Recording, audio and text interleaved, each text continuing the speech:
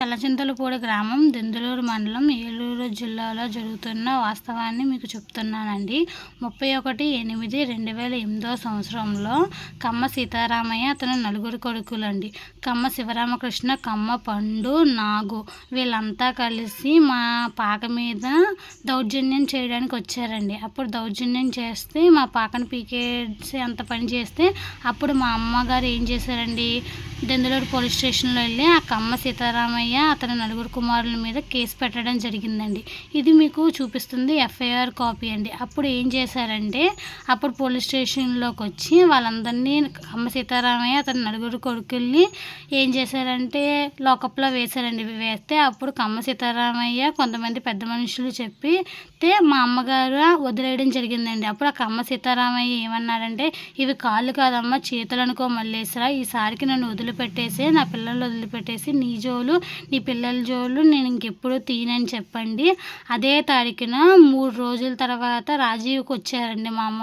రాజీవ్కి వస్తే మా జోలు తీయమని ధృవీకరణ పత్రం మీద సంతకాలు పెట్టడం వల్ల మా అమ్మగారు కేసు విత్డ్రా చేసుకుని వాళ్ళని వదిలేశారండి. అయితే అప్పుడు నుండి ఈ కమ్మ సీతారామయ్యలో కుళ్ళపిచ్చి ఎంతుంటే ఒక ఆడది యాదవల ఆడది మా మీద కేసు పెట్టి మమ్మల్ని లాకప్లో పెడుతుందా, మేమేమవ్వాలి, మా రాజకీయ జీవితం ఏమవ్వాలి అనండి.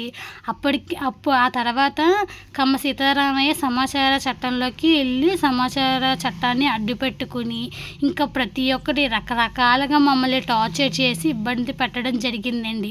అయితే మేము ఉంటున్న భూమి వెనకాల ఉన్నది వాళ్ళ భూమి అండి. వాళ్ళది 146/2 సర్వే నెంబర్ గల భూమి అండి. ఆ భూమికి వాళ్ళు ఎక్స్పర్ట్ ఆర్డర్ తెచ్చుకున్నారండి. ఆ భూమిలో మేము లేమండి. మేము ఉన్నది 146/3 సర్వే నెంబర్ గల భూమిలో మేము ఉంటున్నామండి. అయితే ఇది ఇలా ఉండంగా మమ్మల్ని రకరకాల టార్చర్లు పెడుతూ ఉన్నారండి. అయితే ఈ తర్వాత వీళ్ళ పార్టీల్లోకి వెళ్ళడం జరిగిందండి. ఇది ఇలా ఉండంగానే భీమడోలులో కోర్టులో కేసు వేశారండి. 2014 నుంచి తిరుగుతూ ఉన్నారండి. ఇది ఇలా ఉండంగానే కోర్టులో కేసు జరుగుతూ ఉందండి. ఇదే నెలలో మే నెలలో సాక్ష్యం చెప్పారండి మా వైపున. సాక్ష్యం చెప్తే అప్పుడు మొన్న ఏప్రిల్లో వచ్చారండి ఒకసారి గొడవకి.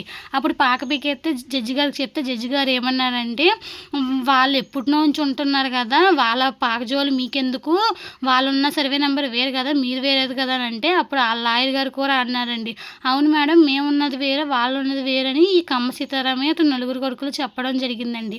మీరు వాళ్ళ జోలు తీయకండి అని జడ్జి మేడం గారు, భీమడోలు జడ్జి మేడం గారు కూడా చెప్పడం జరిగిందండి. అయినా కూడా మళ్ళీ ఈరోజు 16వ తారీఖు 5వ నెల 2026వ తారీఖున ఈ విధంగా వచ్చి మా పాకని పీకేసి మా మీద దౌర్జన్యంగా రౌడీయత్నం చేశారండి.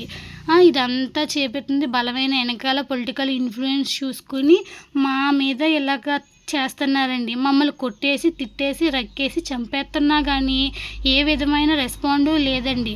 అలాంటిది ఇప్పుడు ఆల్రెడీ కోర్టులో ఉన్నాగానే ఈ విధంగా దౌర్జన్యం చేశారండి. ఫస్ట్ మా అమ్మగారు వాళ్ళ మీద కంప్లైంట్ పెట్టి కేసు కట్టించారండి. అది ఎఫ్ఐఆర్ కాపీ అండి. ఇది చూస్తేనే మీకు అర్థమైపోతుంది. 2008 సంవత్సరం నుంచి 2026 వరకు ఇంకా దొంకేసులు ఎట్టి మా అమ్మ నాన్నని కోట్ల చుట్టూ తిప్పుతుందే కాక వాళ్ళ పగ చల్లారలేదని ఇప్పుడు పిల్లల మీద కూడా పగబట్టారండి. వాళ్ళు తెచ్చుకున్న సర్వే నెంబరు వేరండి, మేముంటున్న పాక సర్వే నెంబర్ వేరండి. అంత దౌర్జన్యం చేయాల్సినంత అవసరం ఏంటండి?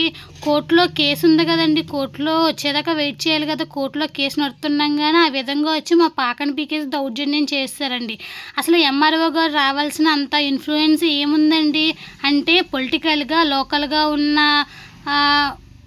అందరి సపోర్టు చూసి కమ్మ సీతారామయ్య తన నలుగురు కొడుకులు ఈ విధంగా ఇబ్బంది పెడుతున్నారండి. ఇది ఎంతవరకు పద్ధతి అండి? ఆడపిల్లలు అయితే మాత్రం ఈ విధంగా చేస్తారండి మా మీదకి.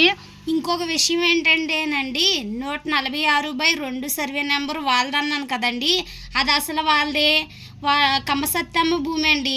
కమ్మసత్తమ్మకి అసలు పిల్లలే లేరు. వీళ్ళు ఒక పాస్బుక్ అది పట్టుకుని వెళ్ళి కోర్టులో వేసుకుని ఎక్స్పర్ట్ ఆర్డర్ తెచ్చుకున్నారండి. వాళ్ళు తెచ్చుకున్న సర్వే నెంబర్ వేరు, మాది వేరు. అన్యాయంగా కోర్టు చుట్టూరు తిప్పుతున్నారు ఇన్ని సంవత్సరాల నుంచి.